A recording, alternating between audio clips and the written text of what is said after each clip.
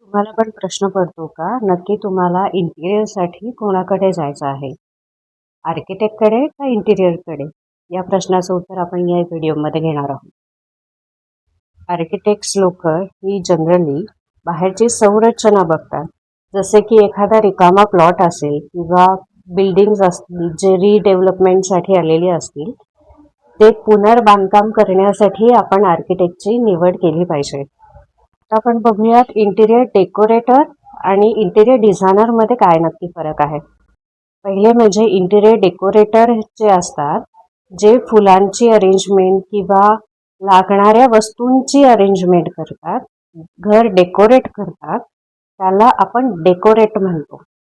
Interior designer ही अशी व्यक्ती आहे की जे स्वतः क्लायंटशी कम्युनिकेशन घेऊन त्यांची रिक्वायरमेंट ॲनलाइज करून स्पेस प्लॅनिंग करतात, कन्सेप्ट डेव्हलप करतात, मटेरियल सिलेक्शन करतात, जे वेंडर हँडलिंग पण करू शकतात आणि टेक्निकल ड्रॉइंगनुसार साईट हँडओव्हर पण करू शकतात. असा ऑल ओव्हरऑल जो रोल आहे तो इंटिरियर डिझायनरचा आहे. सो ज्याला डीप नॉलेज आहे या सगळ्या गोष्टीचं. आता जनरल क्वेश्चन कुठल्याही क्लायंटला पडू शकतात, जसे की तुम्ही एखादा इंटिरियर डिझायनर सिलेक्ट केल्यानंतर तुम्ही त्यांच्या ऑफिसमध्ये तुम्ही भेटू शकता किंवा साईटवर. माझ्या मते साईटवर भेटणं सगळ्यात जास्त कन्व्हिनियंट आहे. ज्यावेळेस की इंटिरियर डिझायनर साईटवर येतो, तो सगळीकडे ओव्हरऑल बघून तुमच्या साईटचे मेजरमेंट घेतो. साईट व्हेंटिलेशन कुठे आहे, सूर्यप्रकाश कुठे आहे, त्यानंतर साईटची दिशा तुमची ठरवू शकतो. हे पॉईंट जेव्हा तुम्ही साईटवर जातात, ॲक्च्युअल लोकेशन दाखवतात, तेव्हाच तुमच्या इंटिरियर डिझायनरला आणि तुम्हालाही क्लिअर कन्सेप्ट मिळतात. त्यानंतरचा पॉईंट येतो की जेव्हा तुम्ही साईटवर गेला आहात, सगळं निरीक्षण केलेलं आहे, तर त्यानंतर येतो की तुम्हाला कुठे वॉल बांधायची आहे, नाही बांधायची आहे, तिथे फर्निचर करायचं आहे का, इलेक्ट्रिकल पॉईंट तुम्हाला बेड साईडला हवे आहेत का, एक्स्ट्राचे पॉईंट कुठे ॲड ऑन करायचे आहेत का, वायफाय लावायचं आहे का, इन्व्हर्टर लावायचं आहे का, हॉब चिमणीचे पॉईंट्स बिल्डरने दिलेले आहेत की नाही, यासाठी तुम्ही साईटवर इंटिरियर डिझायनरला बोलवणं आणि त्यांच्याकडनं कन्फर्मेशन घेणं किंवा त्यानुसार प्रोसेस करणे हे सगळ्यात जास्त चांगलं ऑप्शन असू शकतो. तिसरा पॉईंट असा असू शकतो की जर का तुम्ही न्यू फ्लॅट घेत असाल तर तिथे किचन बिल्डर देणार आहात का तुम्ही स्वतः इंटिरियर डिझायनरकडनं घेणार आहात, हा पॉईंट पण तुम्ही साईटवर गेल्यानंतर डिस्कस केला पाहिजे. त्यानंतर चिमणीचं डक्टिंग कुठे असणार आहेत, AC पॉईंट्स तुम्हाला लागणार आहेत का, हे पण तुम्ही तुमच्या इंटिरियर डिझायनरला सांगितलं पाहिजे.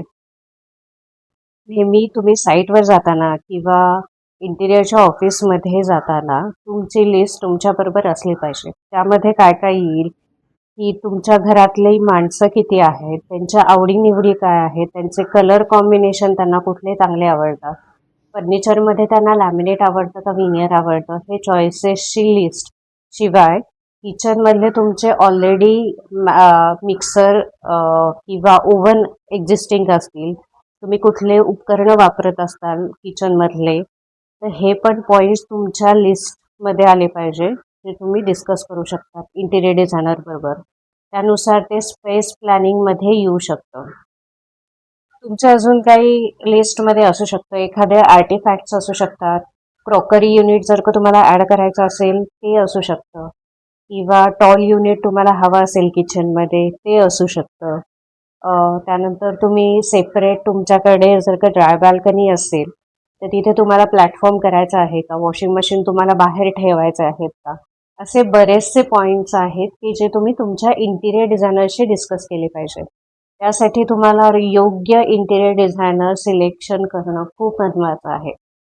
आता पॉईंट हा बघूया आहे की इंटिरियर डिझायनर तुमच्याकडनं किती चार्ज घेऊ शकतो, काय काय व्हेरिएशन्स असतात त्याच्या फीजमध्ये.